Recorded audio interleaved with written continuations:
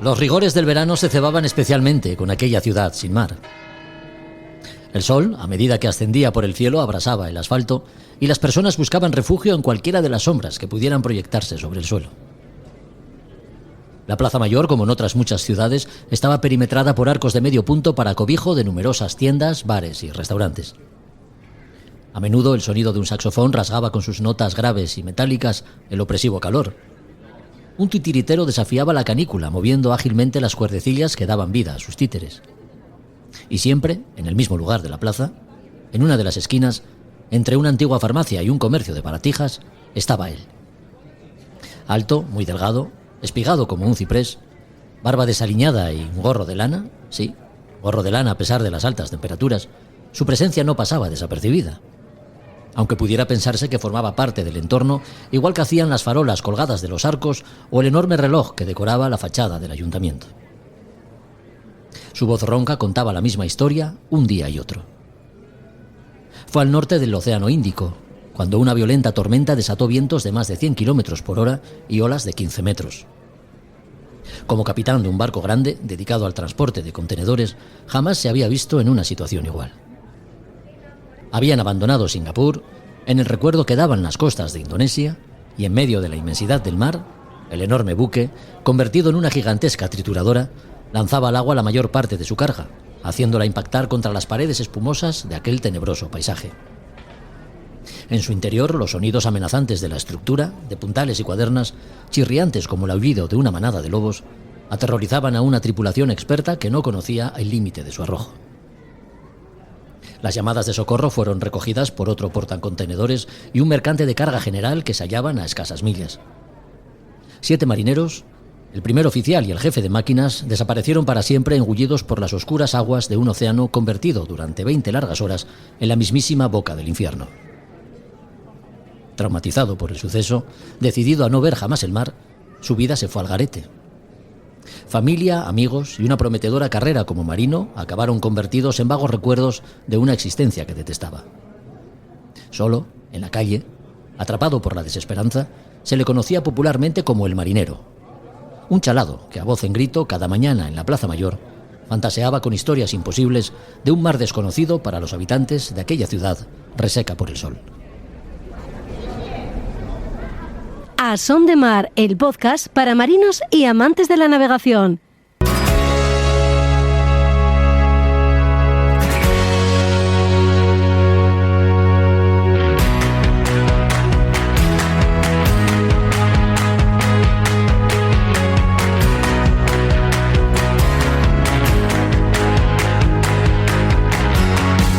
Hola a todos, ¿qué tal? Bienvenidos a otro podcast de A Son de Mar. En el capítulo de hoy nos mojamos, vaya si nos mojamos. A pie de roca, mientras bate la mar, imaginamos cómo puede ser la pesca del percebe. Nosotros solo lo imaginamos, porque nuestro invitado en el episodio de hoy se dedica a ello. Es percebero, se ha iniciado la costera este mes de octubre y hasta finales de abril se acercará a la rompiente con sus compañeros de faena para excavar, como dicen ellos, el percebe de la roca. Ese manjar que, si bien es cierto no está al alcance de todos los bolsillos, cuesta tanto obtener. Pablo Riesgo, pescador y percebero que conoce bien el oficio, nos hablará de en qué consiste, dónde radica su peligrosidad, cómo se planifican las jornadas de pesca y otros asuntos relacionados con la obtención del percebe que, si te gusta la mar, serán de tu interés. La meteorología empieza a hacerse un hueco en este podcast. Iniciamos una nueva colaboración con Javier Suárez, meteorólogo, conocido en A Son de Mar, que una vez al mes nos visitará para aclarar conceptos y enseñarnos algo más sobre los fundamentos de esta ciencia tan apasionante como imprescindible en la práctica de la náutica recreativa y la navegación en general. Juan Melgar nos trae una novedad editorial, el último libro escrito por un marino de nombre Arturo Pérez Reverte. Su título, La isla de la mujer dormida. Josu Jiménez, en sus Españas de ultramar y sus exploraciones, rescata las figuras de los hermanos Nodal, navegantes al servicio del rey Felipe III que regresaron al estrecho de Magallanes. ¿Con qué intenciones? Lo sabremos.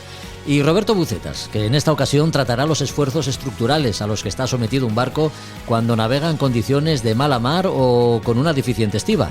Estos son los contenidos del podcast de hoy, que ya comienza.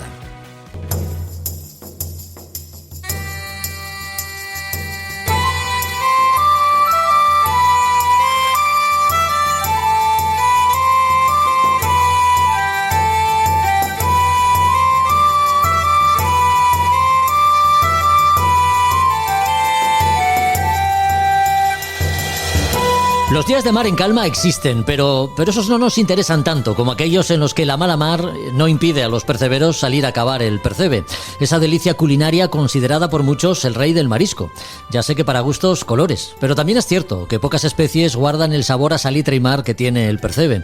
Lógico si tenemos en cuenta dónde hay que cogerlo, en las peñas y rocas batidas por el mar, donde muchas veces los perceberos se juegan la vida. Empieza la costera y alguien se estará preguntando qué precio cogerá el percebe en el mercado. Seguro que tras la charla que vamos a mantener con Pablo Riesgo, pescador y percebero, acabamos distinguiendo precio de valor. ¿Qué tal, Pablo? ¿Cómo estás? Muy buenas. Hola Jorge, muy buenas, muy bien. ¿Y tú? Bien, con muchas ganas de saber algo más sobre la pesca del percebe, porque, Pablo, en tu apellido llevas una de las cualidades que caracterizan la recogida del percebe, el riesgo, porque si algo salta a la vista cuando os vemos cavar en la roca es la peligrosidad que rodea este oficio de percebero, ¿no?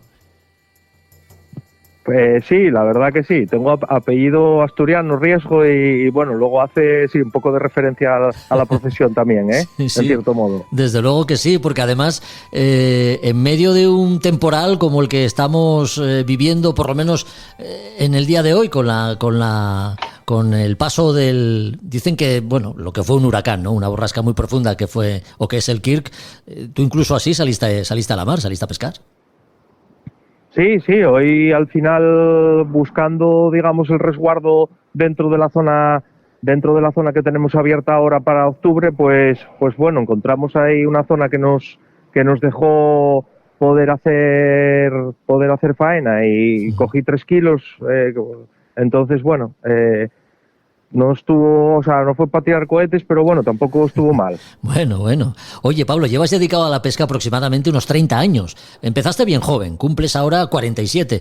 ¿Cómo te inicias en este mundo de la pesca? Cuéntanos. Bueno, pues empecé por la pesca fluvial, que tengo familia, abuelos que pescaban y luego empecé a pescar angula porque me gustaba comerla y por la cosa de coger para comer unas cazuelas en casa y tal, y luego pues pescaba mucha y ya empecé, digamos, a dedicarme a ello profesionalmente. Bueno, muy bien. Tu ámbito de trabajo se despliega por la costa occidental de Asturias, concretamente en el entorno de Cudillero y Ovillana. Oviñana, perdón, que estoy diciendo Villana. Oviñana. ¿Cuándo decides que el percebe también puede formar parte de tu actividad pesquera y por qué? Pues llevaba de profesional ya unos años a la angula, sí. Y como digamos que el percebe es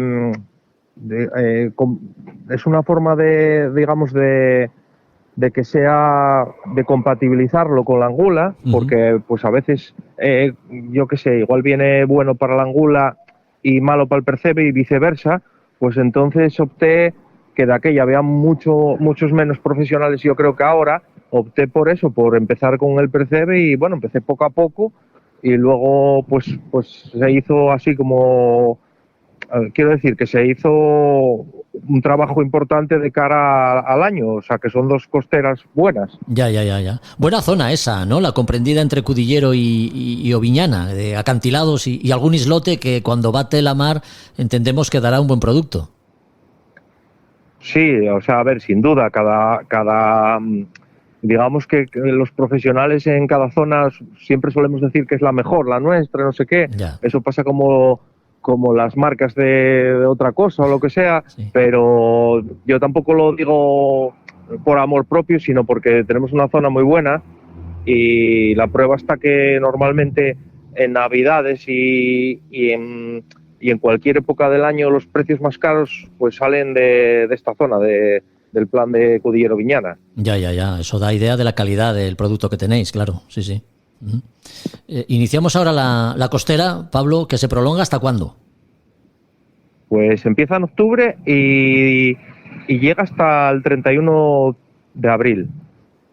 O sea que hasta abril tenéis costera de percebe, que ¿te dedicas en exclusiva a ello o compatibilizas con otras artes? Bueno, pues en campaña de percebe vamos a la angula también, que es compatible. Y luego, dependiendo a veces el tiempo y básicamente el tiempo y bueno, y como venga la campaña, lo compatibilizamos con el pulpo, que en este caso no es que se pueda, porque la NASA, digamos que es otra, digamos, otra campaña, pero a veces pues paramos ya lo del Percebe y ya nos dedicamos a la NASA hasta junio, julio, por ahí. Ya. Hemos comentado, Pablo, lo de la peligrosidad que encierra la recogida del Percebe, cavar Percebe, como decís. Imaginamos que los horarios de marea condicionan cada jornada, ¿no? Sí, los horarios, pues unas veces te cambias de noche prácticamente poniendo el neopreno y sales rompiendo a amanecer para el mar. Ya. Y otras veces llegas oscureciendo del todo, y otros días pues más bien el mediodía, primeras horas de la tarde, así. Y esto es así porque el Percebe se pesca en bajamar. Sí, se pesca en bajamar, pero siempre solemos ir pues unas 2 horas y media antes, una cosa así, y estás como otra hora subiendo, hora y media por ahí. Claro, eso te iba a preguntar, la marea condiciona la jornada y el tiempo que estáis sobre la roca también, claro. Sí, porque unas veces pues el mar te permite incluso aguantar más tiempo, y otras veces, dependiendo de cómo esté el mar de malo, pues te limita. Entonces tienes que prácticamente al bajamar un poco más, ya vamos, regresar o salir si estás por el Pedreo, o vamos, así más o menos. Ya, con la experiencia que tú tienes en la recogida de Percebe, ¿te has visto en algún apuro, Pablo? Bueno, apuros así lo que digamos así muy serios, no. Pero bueno, alguna vez, pues bueno, un poquitín, un apurillo así, pero un poco pequeño, alguno siempre, todo el mundo ha tenido. Ya. Pero intento siempre pues no arriesgar hasta llegar ahí al límite, entonces bueno, pues sí, sueles tener menos sorpresas, me refiero. Ya, porque alguna vez caeréis al agua, claro. Sí, bueno, alguna vez o resbalas, o bueno, siempre te lleva un poco la mar, pero bueno, ya más o menos así dentro de lo normal de cada trabajo, pues bueno, ya son gajes del oficio, como se suele decir. Sí, gajes del oficio, pero caéis al mar en zona de rompiente, lo cual, bueno, pues también tiene su cosa, ¿no? Su peligrosidad, como decimos. Sí. El utensilio que empleáis para cavar o excavar el Percebe es la bistronza, si no recuerdo mal, una especie de espátula que va amarrada al extremo de una vara de madera. ¿Cómo hacéis? ¿Cómo organizáis la jornada cuando salís al Percebe? Pablo, cuéntanos. Sí, bueno, en cada zona se llama de una manera. Hay zonas que llaman bistronza, en otras cavadoira, en otras hay nombres diferentes. Y luego igual que bistronzas, o sea, porque las hay, por ejemplo, a unos les gusta con palo largo de madera, más ancha, digamos, lo que es el corte, otros usan como si fuera ganchos en forma de L para las grietas. Nosotros solemos usarlas en forma de T con varillete trasero gordo, y entonces eso ya es particular, o sea, lo que cada uno se encuentre más cómodo para trabajar y trabaje mejor. Ya. ¿Y a este utensilio cómo lo llamáis en Cudillero? ¿Bistronza o cavadoira? Nosotros en Cudillero de las dos maneras, bistronza o cavadoira, porque como tenemos compañeros de Puerto de Vega y de Luar que hay por ahí, pues ellos suelen llamar cavadoira, nosotros bistronza, entonces bueno, ya nos entendemos igual. Sí, lógico, no, es que lo digo porque cavadoira suena como gallego, ¿no? Quizá la influencia de Galicia influye en este tipo de cosas, claro. ¿Cómo se organiza una salida para la pesca al Percebe, Pablo? ¿Cogéis la embarcación? ¿Vais más de uno, lógicamente? ¿Uno se queda en la lancha? ¿Esto cómo lo tenéis planteado? ¿Cómo lo organizáis? Bueno, eso digamos que cada equipo pues suele organizarlo de una manera, no todo el mundo, no hay una norma fija para organizar, entonces depende sobre todo muchas veces del mar, pues a veces o todos saltan a la piedra o queda uno en el bote, pero eso ya va mucho en función de más que nada del mar. Ya. Y nosotros, por ejemplo, pues solemos ir tres o cuatro, porque a veces hay algún compañero que a lo mejor está despachado por otra cosa y no viene o tal, y luego pues eso, solemos saltar lo que es todos a la piedra, dejamos la embarcación fondeada y luego ya pues volvemos a regresar a la embarcación y desfondeamos y vía puerto ya. Ya tenéis que conocer bien el terreno, ¿eh? Porque para fondear en una zona de roca y no perder el fondeo las más de las veces es porque estáis muy seguros de dónde dejáis la lancha. Sí, más o menos ya lo tenemos controlado. Lo que pasa que, bueno, a veces pues siempre hay alguna avería ahí de pegar con el motor y cosas así o de tal. Pero bueno, que sí, básicamente lo tenemos más o menos controlado, sí. Como pescador que se dedica a diferentes artes, sé que tienes 3 embarcaciones, una que empleas pues para la pesca convencional, digamos, otra para la angula, a lo que también te dedicas, como nos has dicho, y la que usas para el percebe. ¿Qué tiene de diferente esta respecto a las otras? Bueno, pues depende de las listas. La lista, me refiero al número que lleva la embarcación. Sí. Por ejemplo, pues el 3 es lista profesional de pesca, pero por ejemplo para el percebe se suelen usar embarcaciones de cuarta, que se llaman auxiliares. Entonces eso, y para la angula igual, también se suelen usar de cuarta. Para la angula, digamos, de pesca de tierra, artesanal. Entonces eso, digamos que cada tipo de pesca, en lo que es en embarcaciones, pues se usa, digamos, un tipo de embarcación específica. Ya. Y estas que se emplean para el percebe entendemos que es porque tiene menos obra viva, quizá, para acercaros más a la roca. ¿O? Sí, ya son embarcaciones que nosotros llamamos planeadoras y Claro. porque calan menos y luego llevan motor fuera borda, no llevan motor como las lanchas, digamos así, más grandes que llevan motor central. Estas llevan un fuera borda con un motor más pequeño, suelen estar entre 25 y 100 caballos por ahí, y bueno, pues digamos que son más propicias para el tema de saltar a la piedra y poder acceder a la piedra sin que la lancha, o sea, digamos, pues pegue contra algún bajo o algo, pues son más idóneas. Ya. Pablo, ¿y qué normas regulan la pesca del percebe? Porque imaginamos que habrá cupos, tamaño mínimo y esas cosas, ¿no? Sí, pues por ejemplo, tienes que salir entre el amanecer y no puedes tampoco regresar de noche, o sea, de amanecer hasta el oscurecer.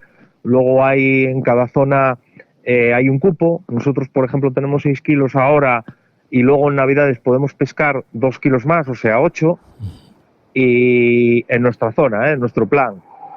Y bueno, y eso, también hay un horario que no sé si es, me parece que es 2 horas o 2 horas y media antes, no sé fijo, pero bueno, casi seguro, que es 2 horas y media antes del bajamar y otras 2 horas subiendo la marea, digamos el horario de trabajo. Pero bueno, que en realidad es lo que hacemos porque tampoco te permite más tiempo la mar estar a él. Claro. La licencia que tenéis para la pesca del percebe, ¿qué es? La de mariscador, me imagino. Sí, la licencia es de mariscador, eso es. Y luego cada uno en su zona renueva y digamos pues que es como si fuera un trabajo. Hay un cupo de X plazas y la gente que está renueva y cada año. Luego alguno se jubila y entonces pues a lo mejor entra otro por él y así más o menos. Y así se va rotando. De todo lo que pescas, ¿qué es lo que más te gusta? Digo en el plato, Digo en el plato. Una chopina a la espalda, quizá la angula, el percebe. ¿Con qué te quedas? De todo lo que pesco, lo que más me gusta son la angula, sí, y luego detrás de la angula el bogavante. Ay, amigo. ¿El bogavante también coges? Sí, bogavante también pesco alguno. Y luego pues iría al percebe. Bueno, el percebe en tercer lugar. Vaya, pues mira que me gustan a mí los percebes, a mí me encantan. Ese sabor a mar y salitre que tienen, no lo encuentras en otras especies. No lo encuentras en otras especies, claro que no. Bueno, pues a veces me pregunto qué pudo llevar a los primitivos humanos a probar los primeros centollos o langostas, ¿no? Con el aspecto amenazador que tienen. También en algún momento de la historia alguien le hincó el diente a un percebe. Y desde entonces hasta hoy. ¿Hasta cuándo te vas a dedicar a esto del percebe, Pablo? Porque es una labor exigente. Bueno, pues yo la verdad que físicamente me encuentro muy bien y bueno, intentaré llegar a la edad de jubilación si puedo y las condiciones físicas lo permiten, pues intentaré llegar a jubilarme, si se puede. Hasta que el cuerpo aguante, ¿no? Como se suele decir. ¿Perdona? ¿Sí? Hasta que el cuerpo aguante. Hasta que el cuerpo aguante, exactamente, así. Lo que pasa es que los que lleváis la pesca en la sangre, una vez os jubiláis, os cuesta mucho no seguir saliendo a la mar. Claro, es que al final se hace como si fuera un hábito y luego pues o vas con una lanchina de séptima lista a pescar por ahí un poco al sargo, lo que sea, o tal, siempre queda el gusanillo, o a los calamares. Claro que sí. Bueno, Pablo, pues ha sido un gusto compartir contigo estos minutos. Desde aquí deseamos que tengas una buena costera de percebe y, por supuesto, también de angula, porque en temporada alta, cuando se acercan las Navidades, ahí tenéis seguro que un buen momento para dedicaros a la angula y sacarle un buen rendimiento económico, que también lo merece. Te emplazamos para otro capítulo, si te parece. Tomamos nota y cercano a la Navidad te llamamos para preguntar por la angula, si te parece. Pues muchísimas gracias, sin problema ninguno. Cuídate mucho, un abrazo. Venga, un abrazo, Jorge. A Son de Mar, el podcast de Jorge Uría.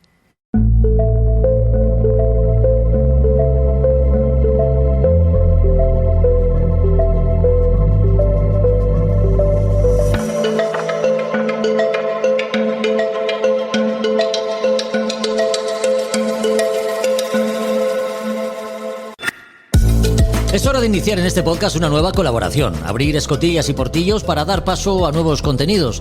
En este caso se trata de meteorología. Salir a la mar en un barco, ya sea a vela o a motor, implica hacer acopio de una serie de saberes y conocimientos con el objetivo de disfrutar de la navegación siempre en condiciones de seguridad.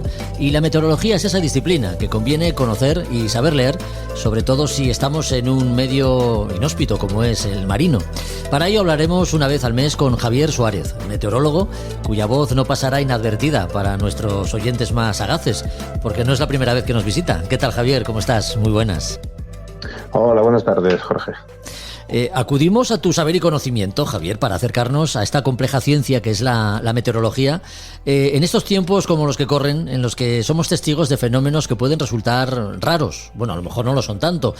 Se me ocurre, por ejemplo, los huracanes atlánticos que se acercan peligrosamente a nuestras costas, como ha sido el caso del Kirk. ¿Qué opinas?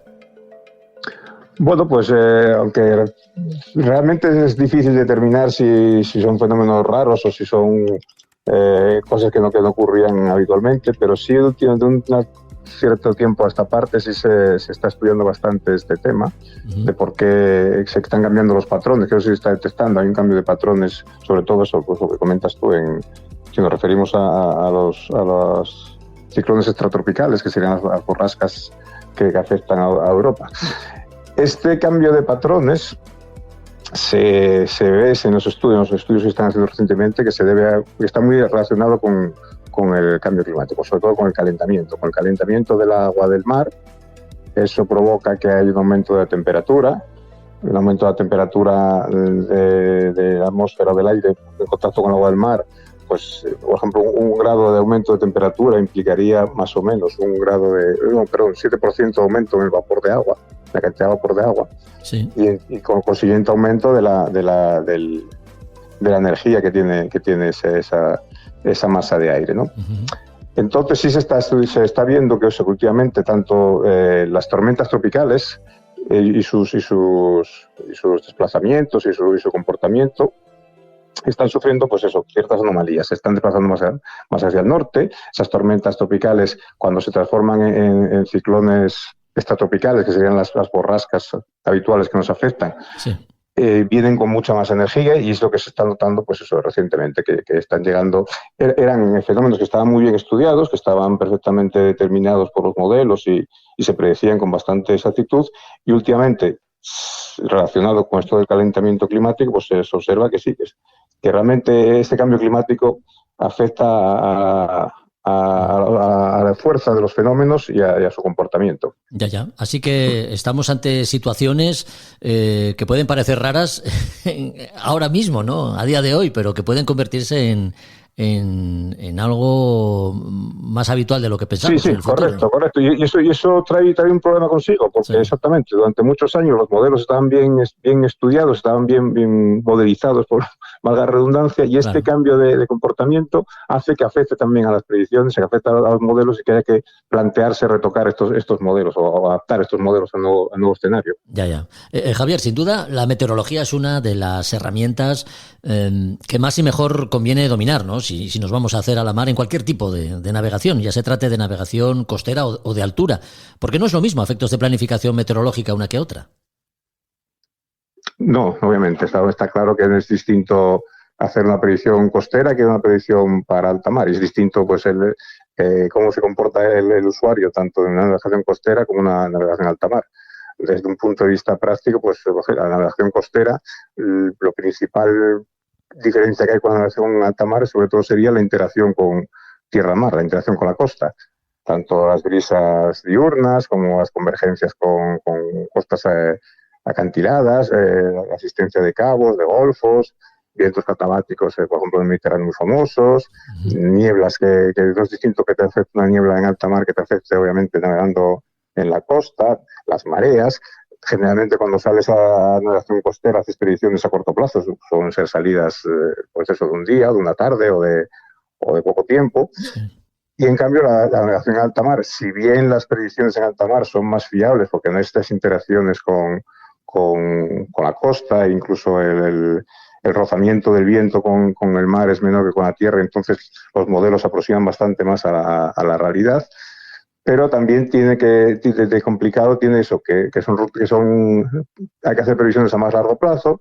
Ya no te puedes, en cuanto a seguridad, es distinto que te coja un temporal cerca de la costa que te coja lejos de la costa, es más seguro, más fácil volver al puerto, por decirlo así.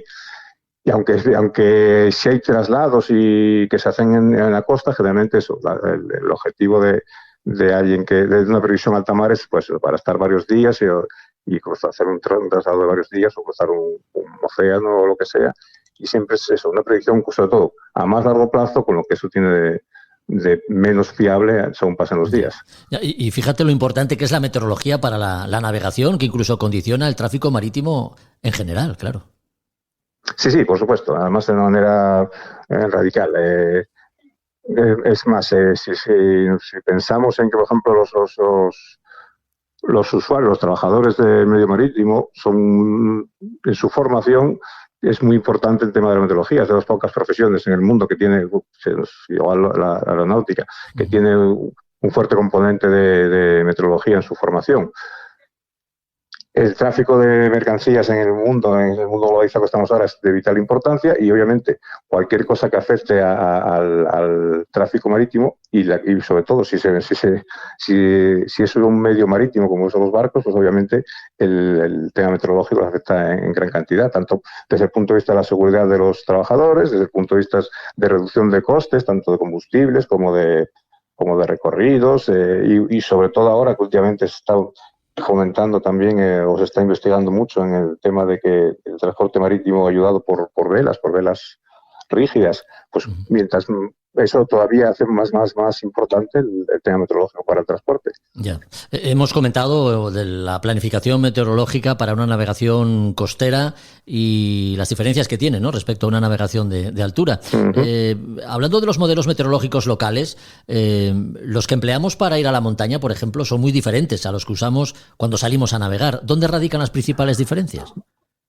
Bueno, no es tanto que el modelo sea diferente, porque realmente los modelos de modelización de la atmósfera son similares, o son los mismos tanto para el marítimo como para la montaña, como para cualquier otra actividad. Lo que sí cambia, obviamente, es el uso o los productos los productos que se sacan de esos modelos. Por ejemplo, para el mar es fundamental, sobre todo, que tenga una previsión del viento y del oleaje y ocasionalmente pues de la visibilidad de nieblas, o si depende en qué latitudes también que haya hielos o no. Y para la montaña pues es más importante pues que tenga un modelo de nieve o un modelo de predicción de aludes o un tipo de cosas así. Estos modelos o para sacar estos productos, realmente detrás sí tienen el mismo modelo o tienen los mismos modelos meteorológicos. De mayor o menor grado de afinación, o sea, no de afinación, sino de mayor o menor... Sí, de resolución. Sí. O sea, los modelos en tierra se usan pues de resoluciones de igual a 1 kilómetro incluso, y en el mar pues se utilizan, sobre todo en alta mar, de mayor resolución. Yeah. Pero con eso se meten forzamientos, que se llaman forzamientos del modelo, para luego los determinados productos, digo, que no es lo mismo, fueron los productos que sacan para mar, que son pues sobre todo de oleaje y de viento, de cosas que sacan para montaña, que tienen mucho que ver eso, pues, con nieves, con aludes y con lluvias.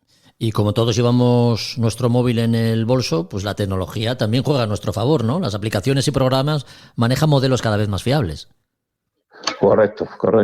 Cada vez modelos más fiables, cada vez la gente se nota mucho que está más pendiente de ese tipo de conocimiento. Sí.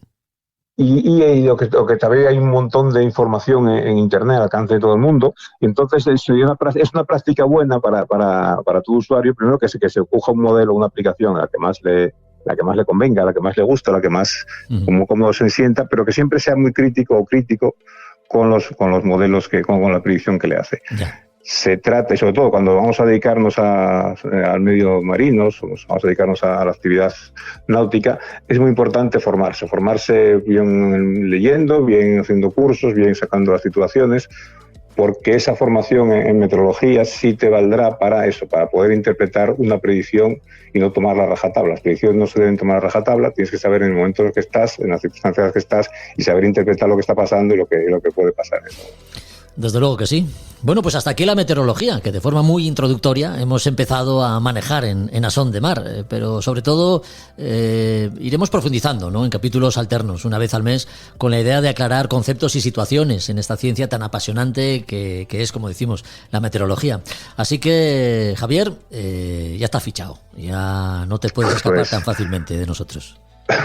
Pues muchas gracias por darme la oportunidad de hablar, y eso, y con ganas de empezar a profundizar un poco en más detalle en los temas que van surgiendo.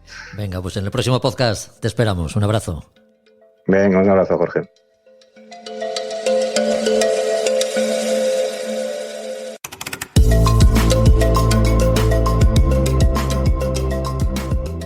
A Son de Mar, la náutica en un podcast.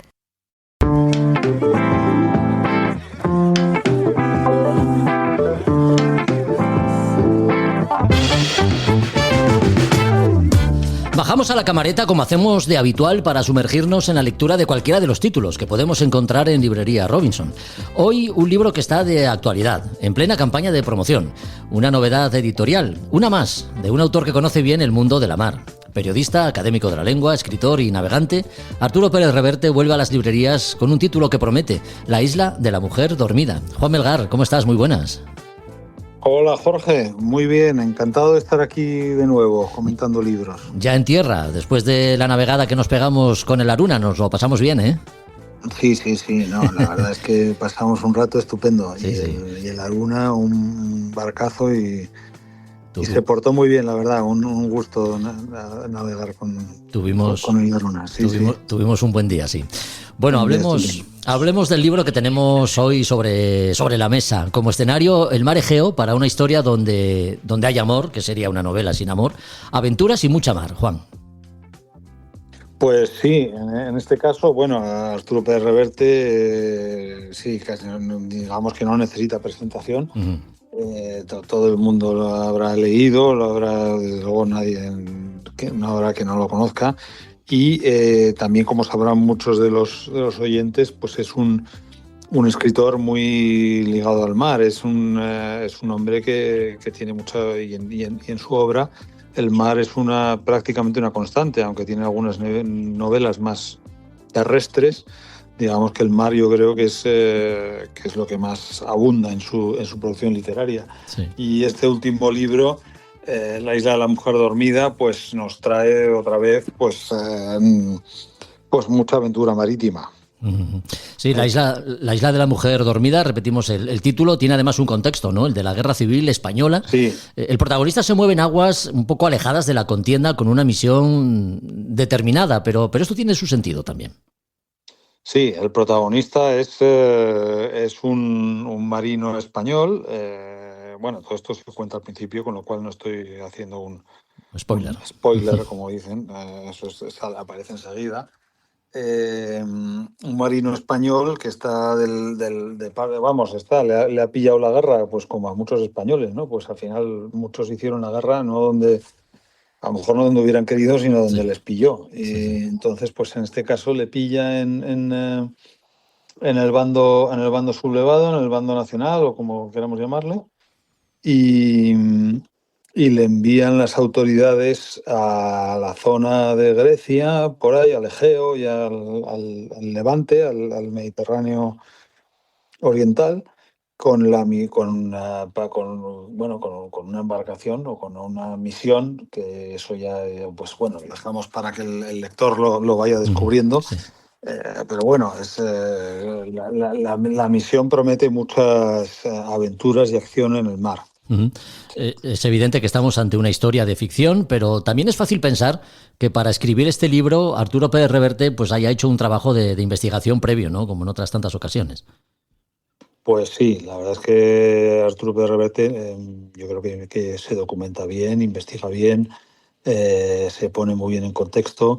Él también, bueno, pues ya sabemos todos que como ha sido reportero de guerra, pues también ha viajado mucho pues por el mundo y conoce pues todo ese tipo de, ¿no? Luego sus personajes también siempre son un poco ambiguos, ¿no? A lo mejor están en un bando en la guerra, pero no son necesariamente, ¿no? Pues el partidario entusiasta, no solo a lo mejor porque no les haya tocado donde les ha tocado en ese momento la guerra, sino porque siempre le gustan, yo creo, esos personajes, pues un poco ambiguos, siempre hay al filo de lo, ¿no? de lo moralmente permisible, siempre a veces jugando un poco a dos bandas, o sea, siempre hay un poco, ¿no? En ese terreno de en medio. Vuelve, como decimos, Arturo Pérez Reverte a una ambientación que parece resultarle especialmente cómoda, que es la que tiene que ver con el mar. Y para quienes nos gusta todo este mundo relacionado con la náutica, con la mar, también con la historia, el uso correcto de términos marinos es algo que se agradece. Sí, se agradece muchísimo, y en este caso, pues Arturo Pérez Reverte, que es un hombre que es armador de barco y navega y sabe muy bien lo que es la mar, aparte de esto de bien documentado, eso se agradece muchísimo, porque es verdad que a veces, no sé, lo encontramos a veces libros que no están, que se nota que el autor no está familiarizado con el tema marítimo y bueno, a veces tienen unos errores que dices, pero hombre, ¿cómo va a estar este barco haciendo esto? Eso es imposible. Y ya. Eso tiene la pena, es que a veces el libro podría resultar meritorio, pero un error de ese tipo pues te saca un poco de la historia, ¿no? Porque ya sabemos que todo es ficción, pero bueno, también hay que creerse un poco el tema, por muy fantasioso que resulte a veces. Sí. No, y la ficción tiene que tener un sustrato de realidad, ¿no? Por lo menos el contexto en el que se desarrolla tiene que ser. Exacto, sí, para real. Que nos creamos por lo menos durante un rato que eso realmente sucedió, claro. O que eso, sí. Bueno, solemos hablar también, ¿no? Hacer alguna reseña sobre el autor de los libros que presentamos. En este caso sobran las palabras, más allá pues de volver a insistir en la producción que Pérez Reverte tiene con la mar como escenario y en esta ocasión pues vuelve a demostrarlo, ¿no? Pues sí, yo destacaría algunos libros. Pues, bueno, el primero quizá la carta esférica, el primero que yo creo que, si no me equivoco, que trata así de temas marítimos. Sí. Es el libro además que le tenemos especial cariño porque los protagonistas vienen a Robinson a comprar. Entonces ese, pues hombre, siempre tenemos un poco de debilidad por ese libro, claro. Lógico. Y sí, luego ha tenido muchos otros más libros. A mí me parece, por ejemplo, El asedio, que él narra fenomenal cómo es ese ambiente en Cádiz de todo el tráfico marítimo durante la guerra de la independencia, de todo.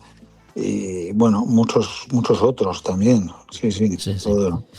Pues desde la carta esférica hasta la isla de la mujer dormida son muchos, efectivamente, los títulos que tiene Arturo Pérez Reverte ambientados en la mar, un contexto que él conoce bien. Libros que podemos encontrar, por supuesto, en Librería Robinson. ¿Qué tenemos que hacer para hacernos con alguno de ellos? Juan, ¿cómo nos ponemos en contacto con vosotros? Pues lo mejor es venir a ver los libros, porque los libros al final, pues si los toca uno, los ojea, ¿no? Tiene ese contacto con la mano y con el ojo, con el libro, pues ese libro ya al lector le va a transmitir, ¿no? Ya se establece una conexión, ¿no? Entre el lector y libro, un vínculo, que quizá de otra manera no se establece, y bueno, al que no pueda acercarse presencialmente, pues siempre tiene nuestra página web, nauticasrobinson.com, y ahí puede ver todo nuestro fondo, todas las novedades.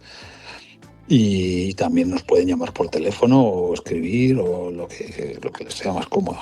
Pues dicho queda, volvemos a escucharnos en 15 días. Juan, hasta entonces. Muchas gracias, Jorge. Un abrazo.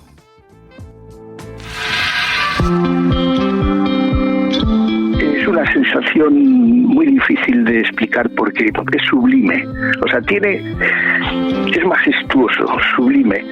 Al mismo tiempo ves la soledad, ves una naturaleza que está impoluta, ves algo, muy difícil de entender, pero es una sensación única.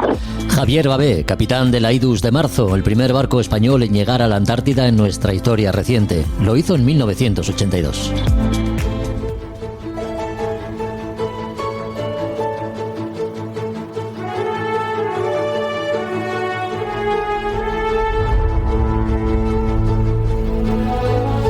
Las Españas de ultramar y sus exploraciones nos llevan hoy al reinado de Felipe III, cuando los pontevedreses hermanos Nodal se lanzaron a navegar entre el Cabo de Hornos, Paso de Magallanes y la isla del cosmógrafo Diego Ramírez.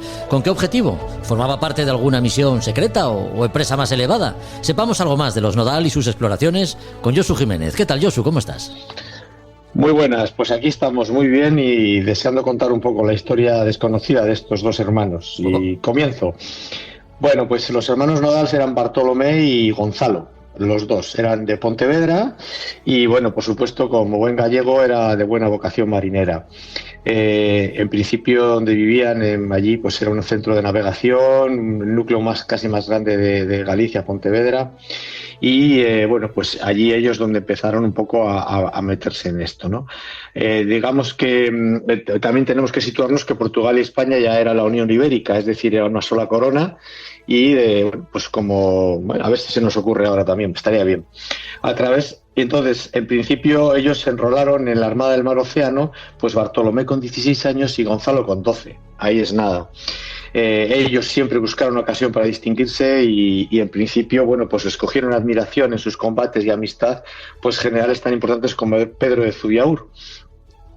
Estos estuvieron así de 1590 hasta 1614 peleando contra los britanos en campañas en Irlanda y Inglaterra, la batalla de Salinas de Araya en 1605 en las Indias, operaciones militares mandadas y ordenadas por Felipe III en el Mediterráneo, que por ejemplo Bartolomé rindió 25 navíos enemigos en la bahía de la Goleta, y por cuya actuación en la Mámora en 1614 se le reconocería como uno de los singulares servicios que se ha hecho a su majestad con beneficio a toda la cristiandad, porque bueno, era la lucha contra el turco, estábamos ahí, el turco seguía siendo poderoso y podía comerse la mitad de Europa. Bartolomé realizó varios servicios marítimos en Galicia, ataca a todos los barcos que pudieran entrar a hacer botín en la costa. Estuvo otra vez en la Canal de la Mancha combatiendo con los holandeses, que eran en ese momento los verdaderos enemigos, porque los holandeses estaban en expansión, había habido una guerra, se produjo la tregua de 12 años con ellos para mantener un poco, en principio, un empate entre unos y otros allí en Flandes, que era pues eso, ¿no? La Flandes era el sitio, el agujero negro donde se iba todo lo que conseguía la corona.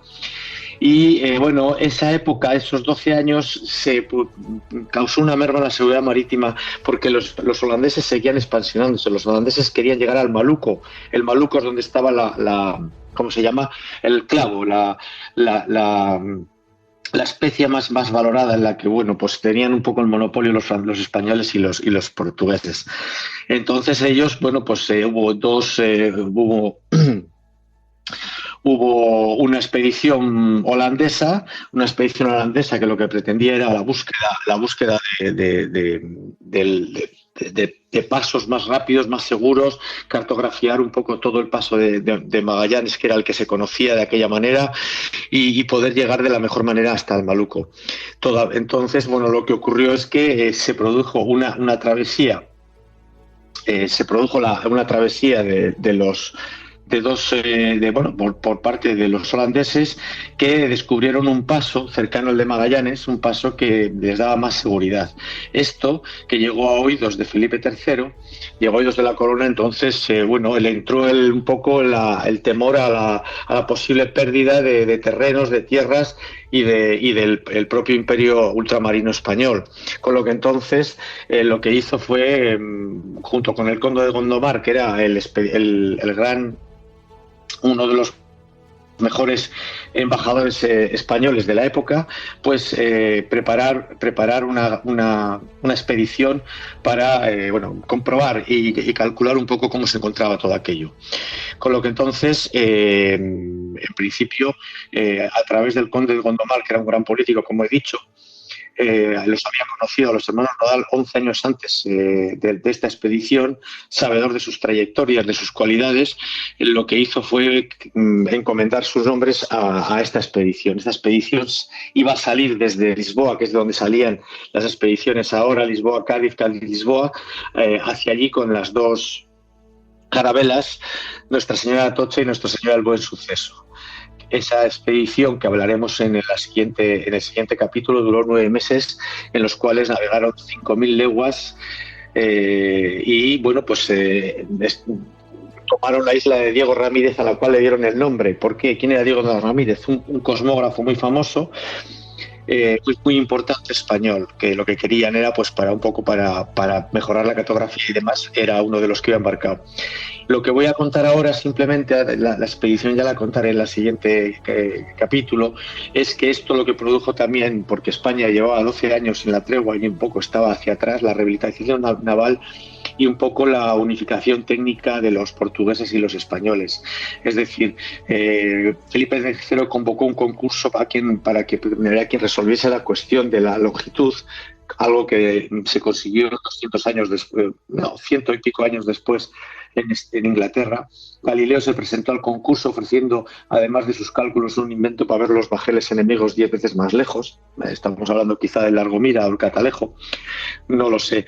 Por otra parte, de esa manera también la expedición ofreció la oportunidad de medir, poner en práctica todas las medidas técnicas en el campo naval, la reglamentación en la construcción de los navíos. Es decir, todo esto, esta expedición, que casi no se conoce, permitió la mejora en la construcción, porque digamos que España tenía tanto poder que se estaba un poco quedando atrás. Esta tregua de los 12 años y esta especie de pequeño golpe de mano que hicieron los holandeses, atravesando por un alternativo al estrecho de Magallanes o mejorándolo, hizo que España, la Unión Ibérica, se incrementase su capacidad técnica, su esfuerzo en desarrollo, y esta expedición, una de las cosas importantes fue un poco el avance técnico, ¿no? Las dos carabelas eran de 80 toneladas, se construyeron en Lisboa y, en principio la expedición tenía una misión científica, además de la misión militar y geopolítica. Hubo una serie de peligros, hubo enfrentamientos con corsarios, pero ya lo contaremos después. Un poquito esta es la historia inicial de los hermanos Nodal, que nadie conoce, que fueron grandes marinos de combate y de brega en el Golfo de Vizcaya, en el Mediterráneo, pero que hicieron una gran expedición en la que adelantaron de nuevo a España en la carrera del mar. Poco es eso. Desde luego eran inquietos. Con 16 y 12 años ya se enrolaron en los barcos de su majestad. Marinos de pies a cabeza, prestaron un gran servicio a la monarquía hispánica. Por eso han sido protagonistas en las Españas de ultramar y sus exploraciones. Han sido y lo serán, porque en el próximo capítulo sabremos más cosas sobre los hermanos Nodal. Así que hasta la próxima entrega, Josu, te esperamos. Pues aquí estaré con los hermanos para contaros un poco más. Un fuerte abrazo. Hasta luego. Venga, hasta luego.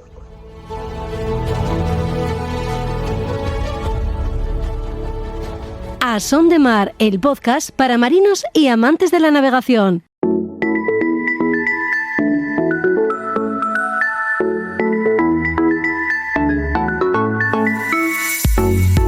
La mar somete a los barcos a esfuerzos considerables y cuanto mayor sea la eslora de un buque, pues más susceptible es de que estos esfuerzos puedan causar problemas en la estructura.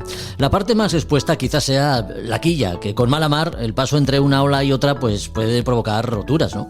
Es lo que conocemos como esfuerzos de arrufo o esfuerzos de quebranto. ¿Pero qué significan realmente estas expresiones? ¿Cómo se protege al barco ante tales situaciones? ¿Son aplicables a barcos de recreo? Hablamos los próximos minutos de esfuerzos estructurales del barco con Roberto Bucetas. ¿Qué tal, Roberto? ¿Cómo estás? Muy buenas. ¿Qué tal, Jorge? Buenos días. Hablaremos de esfuerzo de arrufo y esfuerzo de quebranto, pero despejemos la duda cuanto antes. Difícilmente, digamos, los barcos de recreo con las esloras que manejamos pueden verse afectados. ¿Son los mercantes y grandes buques los que han de tener en cuenta estas situaciones, Roberto? Sí, es una cuestión relacionada con la eslora. Un barco de recreo, de esloras pequeñas, pues bueno, no va a ser imposible que pueda ser sometido a estos esfuerzos o a estas deformaciones del casco, podríamos hablar, ¿no? Uh-huh. Arrufo, quebranto, palabras así un poco muy náuticas, muy marineras, es decir, el vocabulario náutico es muy rico. Carel, branque, tajamar, barraganete, guardamancebos. La verdad es que tenemos un vocabulario muy rico. Es otro universo, completamente, sí. Sí, está claro. Uh-huh. Hablando de esfuerzos, hablando de deformaciones del casco, podemos definirlas así. Podemos encontrarnos dos para buques a partir de una determinada eslora, ¿no? Barcos pequeños, como hemos dicho, no pueden ser, no tienen estas deformaciones. Uh-huh. Arrufo significa cuando nosotros, por ejemplo, pues en el tema de barcos los sometemos a esfuerzos normalmente en operaciones de carga y podemos cargar mucho las bodegas centrales y las cabezas no tienen nada de carga, pues ese casco va a deformarse en sentido descendente, va a flexar, podemos decirlo de alguna manera, ¿no? A ese concepto, a esa deformación se recibe el nombre de arrufo. También se la puede definir en función de los calados. Es decir, se habla de arrufo cuando el calado en el punto medio, es decir, el medido dentro del medio de la eslora del barco, la escala de calados que tiene el barco a ese efecto, es mayor que el calado medio del barco. Es decir, la semisuma de los calados de proa y popa, pues el calado en el punto medio, pues por esa deformación es mayor que el calado medio. Esa es la deformación que se conoce como arrufo. Otra deformación generada también por normalmente pues esfuerzos, como la praxis en las operaciones de carga en este tipo de buques, podemos cargar solo las cabezas y no tenemos nada de carga en las bodegas centrales, ¿no? El barco tiende a flexar, tiende a quebrar, tiende a deformarse, hundiendo las cabezas y flotando más lo que sería la parte central del casco del barco, ¿no? Uh-huh. Eso genera una deformación en el casco que se llama quebranto. También relacionado, como decíamos antes, con las definiciones en función del tema de los calados, pues se puede decir o se puede considerar, sí, o podemos nosotros detectar que nuestro barco tiene quebranto simplemente por una observación. Medimos calados, vamos al calado medio del barco, que es la semisuma de calado de proa y calado de popa, y lo comparamos con el calado medido en la escala en el punto medio del barco. Si el calado medio es superior al calado medido en el punto medio del barco, ese barco está deformado, ese barco tiene quebranto, así de fácil se puede ver las deformaciones en el casco. Y estas son deformaciones generadas en el casco, sí, por efecto de esfuerzos en las operaciones de carga o bueno, pues malas operaciones de carga sin seguir unas secuencias lógicas a la hora de preservar los esfuerzos del barco. Pero también estas deformaciones en el casco se pueden producir por el efecto de la mar. Es decir, estamos navegando, imaginamos que estamos navegando y navegamos sobre mar tendida y encontramos una ola y el barco apoya en la eslora en la mitad de la eslora del barco queda apoyado queda encima de la cresta de una ola. Ese barco, al estar apoyado en la parte central del barco, tiende a flexar las cabezas. Esa es una deformación también generada en el casco, pero no permanente, simplemente el casco ahí está flexando. Estamos hablando también de quebranto por el efecto de la mar. Y también decimos que el casco de un barco mercante, estamos hablando, por supuesto, no puede ser rígido. Tiene que tener una cierta flexibilidad, bueno, para absorber todas esas flexiones a las cuales está sometido el casco por la acción de la mar. Igual que se dice que un rascacielos no puede ser rígido porque quebraría, rompería, ¿no? Pues el barco le pasa lo mismo. Tiene que tener una cierta flexibilidad que muchas veces en la cubierta con mucha mar y barcos de mucha eslora vemos un poco como esa flexión en el propio casco, que no es peligrosa, no es normal, tiene que ser así. Bueno, si no es excesiva. Por supuesto, sí, por supuesto. Y la otra opción, por el efecto de las olas, sería cuando el barco queda apoyado pues entre dos crestas de olas consecutivas. El barco queda apoyado por ahí en la popa en dos crestas, pues bueno, lo que sería la parte central del casco tiende a hundirse, ¿no? Tiende a deformarse, tiende a flexar hacia la parte inferior, hacia abajo, y genera arrufo. Pues ahí tenemos el quebranto y el arrufo asociados a lo que sería el efecto de la mar por esa flexibilidad que llega a tener el casco. Yeah. Lo de sometido a esfuerzos de carga puede llegar a ser hasta permanente en el barco, y muchas veces con esas deformaciones puede generar fatigas y puede generar que los barcos al final puedan romper, puedan partir por la mitad de la eslora, generados por estos esfuerzos. Hay barcos en los cuales en las operaciones de carga hay que diseñar una estiba, hay que diseñar un plan de carga, una secuencia de carga, en la cual tienes que someterlo, se mete un software, un programa, un calculador de esfuerzos, y vemos si el barco no sobrepasa unos esfuerzos límite que tiene establecidos. Entonces, si vemos que sobrepasa los límites, hay que buscar otra secuencia de carga al objeto de que no se someta a esfuerzos excesivos, porque al final esos barcos están deformándose, están sufriendo y están generando incluso que puedan llegar a romper. Se hablaba antiguamente, cuando se estudiaba los bull carriers de la muerte, porque bueno, los bull carriers, una época en que partían sí. A la mitad, y eran pues cuestiones relacionadas con todo este tema de los esfuerzos, ¿no? Ya, porque como hemos mencionado, cuanto mayor es la eslora de un barco, más riesgo hay de rotura. Sí, por supuesto. Los barcos a partir de una determinada eslora pues se pueden romper, se pueden partir. Para evitar eso, bueno, los barcos tienen lo que se conoce como una estructura interna al objeto de que a ese casco le damos una consolidación y resistencia estructural mínima necesaria para que pueda navegar. El barco, hablando un poco de lo que se llama construcción naval, la estructura interna de los barcos va a tener una especie de refuerzos y estructura interna en el casco, como puede ser en el sentido longitudinal. Todos sabemos la quilla, pero aparte de la quilla vamos a tener en sentido longitudinal dándoles estructura y resistencia a lo que es el fondo del casco del barco, lo que serían las bagras en sentido de los costados. No tenemos solo el costado, tenemos unos refuerzos longitudinales que son los palmejares. Dando refuerzo en sentido longitudinal en la cubierta tenemos las esloras. En sentido transversal, pues tenemos lo que llamamos las cuadernas. Pero bueno, en el fondo estábamos hablando de lo que serían las varengas. En los costados cuadernas, en lo que sería la cubierta serían los baos. Toda esa estructura, todo ese esqueleto, da la resistencia estructural mínima necesaria a cualquier barco. Nosotros en un barco de recreo hablamos de la quilla y un par de cuadernas, y con eso es suficiente para llegar a esa resistencia que necesita un casco en un barco de recreo. En un barco mercante la estructura y la resistencia y el esqueleto es mucho más complejo, ¿no? De ahí la importancia que tiene el diseño, ¿no?, del barco en la reducción de daños causados por esos esfuerzos que comentamos. Sí, por supuesto. Sí. Una vez que se diseña un barco, pues tiene que tener una resistencia estructural mínima necesaria para poder salir a la mar. También es cierto que se intenta aligerar lo máximo posible, porque buscas que los barcos, bueno, cuanto más ligeros sean, pues va a ser mucho mejor, pero bueno, hasta un límite en que no se puedan romper. Una de las conclusiones que sacó con todos los siniestros que hubo con el tema de barcos Vulcar en concreto, o grandes petroleros, es que, bueno, que los barcos había que reforzarlos, había que poner chapa de mayor sección, había que reforzar el tercio de proa, porque todos los barcos sufrían mucho en lo que son las amuradas y la proa, y reventaban las tapas de las escotillas de las bodegas número 1 y número 2, y a partir de eso se producían inundaciones y los barcos se perdían, ¿no? Pues una de las conclusiones que se sacaron, pues bueno, había que reforzar todo lo que es los buques para que no puedan sufrir daños y no se puedan perder. Y también la importancia del tiempo que pasa un barco en el agua, ¿no? Digamos, su mejor o peor vejez, porque tengo ahora mismo en la mente la imagen del Prestige, un ejemplo claro de quebranto. Sí, por supuesto. Bueno, eso fue una rotura ya del propio barco, más que la propia deformación, el propio casco. Sí, por supuesto, y mantenimiento.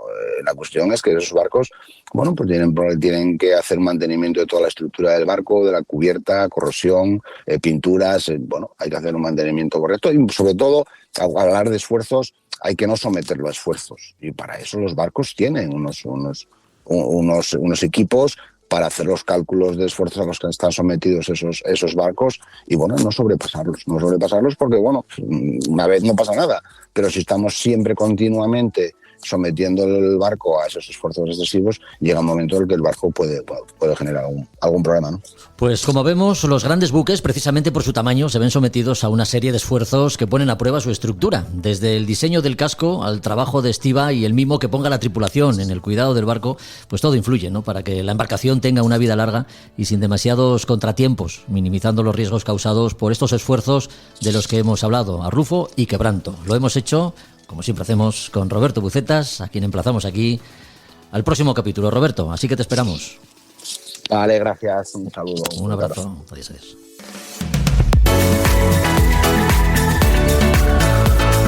Hasta aquí otro capítulo de A Son de Mar. Volvemos en 15 días. Recuerda que puedes seguirnos en Instagram como Podcast A Son de Mar y en Facebook como A Son de Mar Podcast. Y que si te gustan los contenidos puedes compartirlos en cualquiera de las plataformas que emplees para escucharlo. Te esperamos en 2 semanas. Hasta entonces. Adiós.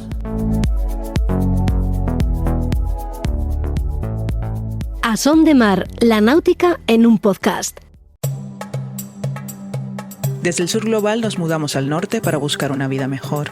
Y ahora en podcast te contamos nuestras experiencias y aportes al país al que llegamos. Esto es Escucha Migrante, el podcast de la cultura en movimiento. Un proyecto sonoro para el encuentro de creadoras, investigadoras y distintos agentes culturales que hablan con voz propia en muchos acentos. Hola, soy Dagmari Oliver Graterol y seré tu anfitriona en los episodios conversacionales. Yo soy Mili Matos y seré la voz que te acompañará en los episodios narrativos. En esta primera temporada escucharás relatos que tienen a la migración y a la cultura como espacios de creación, convivencia y resistencia desde España. Síguenos, activa las notificaciones y comparte con el hashtag Escucha Migrante. Este es un proyecto beneficiario de las ayudas para la promoción del sector del videojuego, del podcast y otras formas de creación digital convocadas por el Ministerio de Cultura y financiadas por la Unión Europea Next Generation EU, con el apoyo de Yo Soy el Otro, Asociación Cultural.